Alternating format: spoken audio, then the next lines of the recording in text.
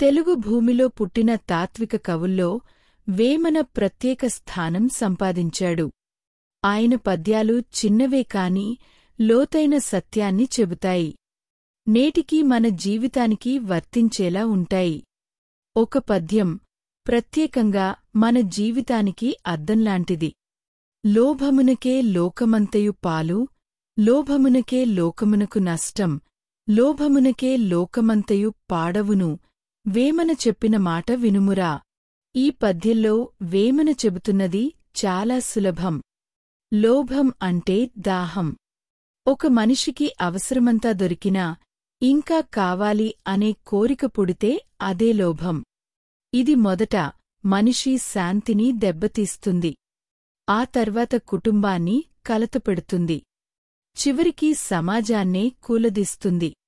ఒక పల్లెటూరులో ఒక రైతు ఉండేవాడు.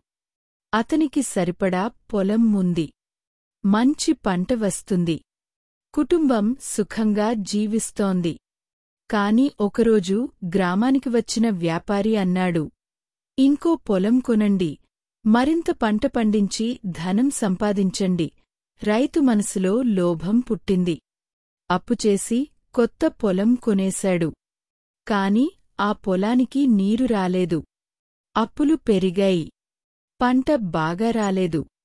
చివరికి తన పాత పొలము అమ్ముకోవాల్సి వచ్చింది.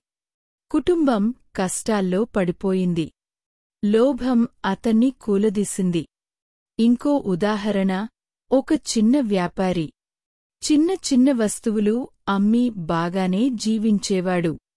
కాని ఒకరోజు అతనికి ఎక్కువ లాభం కావాలని అనిపించింది.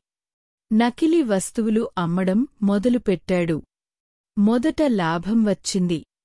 కాని తర్వాత ప్రజలు మోసమని తెలుసుకున్నారు. అతనిమీద నమ్మకం పోయింది. వ్యాపారం కూలిపోయింది. గౌరవం పోయింది. లోభం అతన్ని పాడుచేసింది.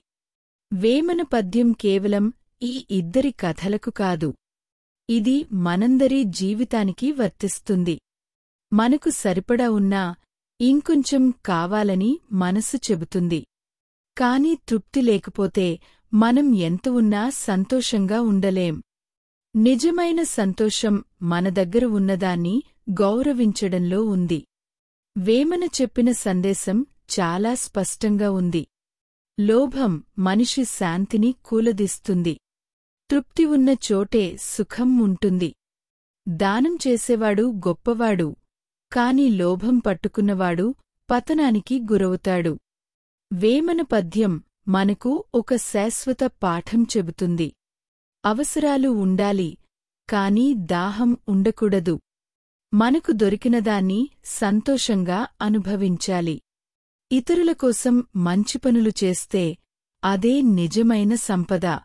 వేమన చెప్పిన మాటలు కాలం దాటిన సత్యాలు. లోభం మనిషి పతనానికి మూలం. తృప్తి, దానం ఇవే జీవితానికి నిజమైన ఆభరణాలు. ఇవి పాటిస్తే మన జీవితంలో శాంతి, సుఖం ఎప్పటికీ ఉంటాయి. ఈ కథనం నచ్చితే లైక్ చేయండి, షేర్ చేయండి, కామెంట్ చేయండి. మరిన్ని తెలుగు తాత్విక మరియు ఆధ్యాత్మిక కథల కోసం జీవన వేదం సబ్స్క్రైబ్ చేయండి. జీవనవేదం జీవనానికి జ్ఞాన మార్గం.